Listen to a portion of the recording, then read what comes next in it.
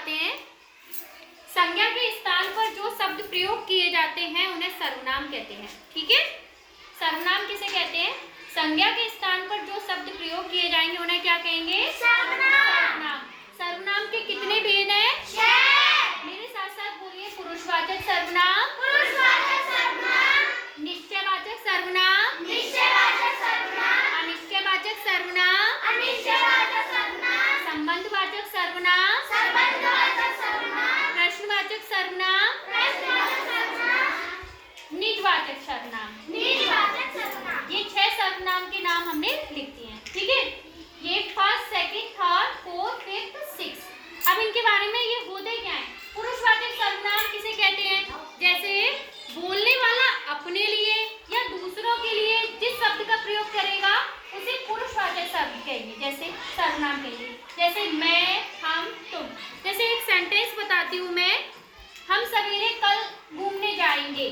ठीक है, तो मैं आ रहा है या हम आए या तुम आए या तुम्हारा, हमारा, इनमें से कोई शब्द आएगा तो वो पुरुषवाचक सर्वनाम कहलाएंगे।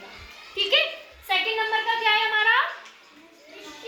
निश्चयवाचक सर्वनाम। क्या है? निश्चयवाचक सर्वनाम। जैसे अगर वह और यह, निश्चयवाचक सर्वनाम में फिक्स हो गया, निश्चय हो गया।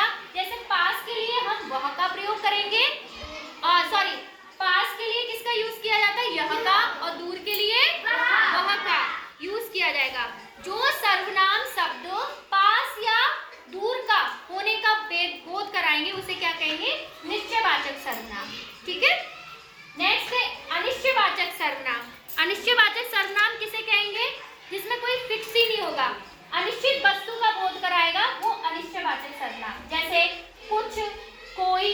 जैसे हम बोले दाल में कुछ गिर गया है, ठीक, या फिर ये बोले दरवाजे पे कोई आ गया है, इस तरह से। तो कोई बीच में आ रहा है कि नहीं, तो कोई हमारा अनिश्चयवाचक सर्वनाम का शब्द हो गया। ठीक है, नेक्स्ट है संबंधवाचक सर्वनाम। जैसे कि हमारा एग्जाम्पल लिखा है जो, सो, इस तरह से। संबंधवाचक में जैसे हम एग्जाम्पल दें, संज्ञा या सर्वनाम का जो संबंध बताएंगे वो संबंधवाचक। जैसे हम एग्जाम्पल है, जो झूठ बोलता है वह आगे जीवन में कभी आगे नहीं बढ़ पाता। ठीक है, ये एग्जाम्पल हो गया। ठीक, नेक्स्ट है हमारा प्रश्नवाचक सर्वनाम। प्रश्नवाचक सर्वनाम से आप क्या समझते हो बताओ? जिसमें कोई क्या, कैसे शब्द होंगे? जिसमें क्या पूछा जाएगा? कोई प्रश्न। क्या क्या पूछा जाएगा?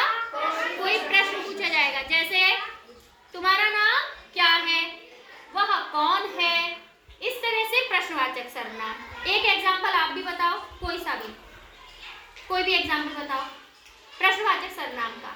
जैसे मैंने 2 बता दिए, तुम्हारा नाम क्या है, वह कौन है। एक आप अपने आप बना के बताओ,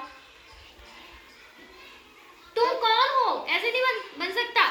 या तुम कहाँ रहते हो, बताओ ऐसे। तुम कहाँ रहते हो। हाँ, और बताओ। तुम कहाँ जा रहे हो। हाँ, तुम कहाँ जा रहे हो, तुम क्या कर रहे हो। इस तरह से जिसमें भी प्रश्न पूछा जाएगा जिन शब्दों में, वो प्रश्नवाचक सर्वनाम होगा। नेक्स्ट लास्ट हमारा कौन सा है? निजवाचक सर्वनाम। कौन सा है? निजवाचक सर्वनाम। निजवाचक सर्वनाम, निज का मतलब होता है अपना या स्वयं। मैं अपने लिए कोई बात की बोलूं, शब्द बताऊं, तो मैं स्वयं के लिए, तो वह होगा निश्चयवाचक। जैसे कि मैं अपना काम स्वयं करती हूँ। ठीक है, ऐसे ही इस तरह से बोलूं, यह पुस्तक मेरी है, तो मैं अपने लिए, स्वयं के लिए कोई चीज बोल रही हूँ, तो वो कौन सा सर्वनाम कहलाएगा? निजवाचक। कौन सा? निजवाचक। ठीक है, ये वाला आप क्या करेंगे? नोटबुक में उतारिए। चलिए।